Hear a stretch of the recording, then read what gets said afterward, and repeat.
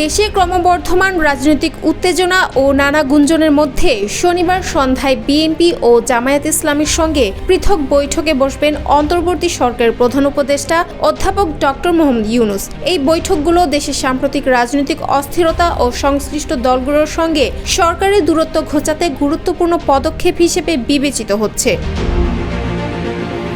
বিএনপির সূত্রে জানা গেছে, বিকেলে প্রধান উপদেষ্টার সরকারি বাসভবন যমুনায় সন্ধ্যা 7:30টায় বিএনপির সঙ্গে বৈঠক হওয়ার কথা রয়েছে।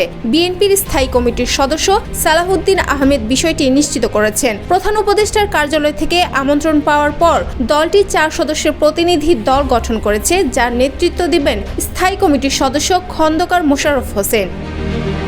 যমুনা ইলেকট্রনিক্স ঈদে ডাবল খুশি অফার সিজন 3, যে কোনো পণ্য কিনলেই পাচ্ছেন নিশ্চিত ঈদ উপহার।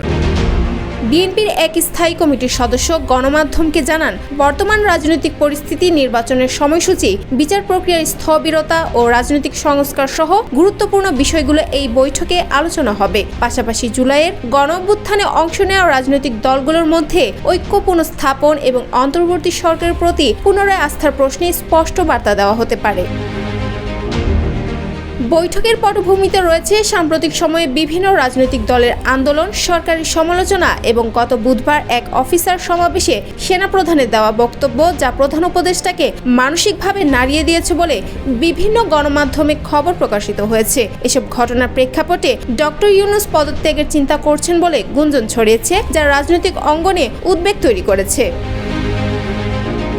অন্যদিকে রাত 8:30টায় জামায়াত ইসলামের সঙ্গে বৈঠক করার কথা রয়েছে প্রধান উপদেষ্টার। জামায়াতের পক্ষ থেকে দলটির আমির ডক্টর শফিকুর রহমান, দলটির নায়েবে আমির সৈয়দ আবদুল্লাহ মোহাম্মদ তাহের বলেন, দেশে চলমান উদ্ভূত পরিস্থিতিতে ইতিমধ্যে জামায়াত ইসলামী আমির সর্বদলীয় বৈঠক ডাকতে প্রধান উপদেষ্টার প্রতি আহ্বান জানিয়েছেন। সার্বিক বিষয়াদি নিয়ে আলাপ করতে আমরা প্রধান উপদেষ্টার সঙ্গে দেখা করতে সময় চেয়েছিলাম। প্রধান উপদেষ্টার কার্যালয় থেকে আমাদের আজকে রাতে সাক্ষাতের সময়সূচি জানানো হয়েছে।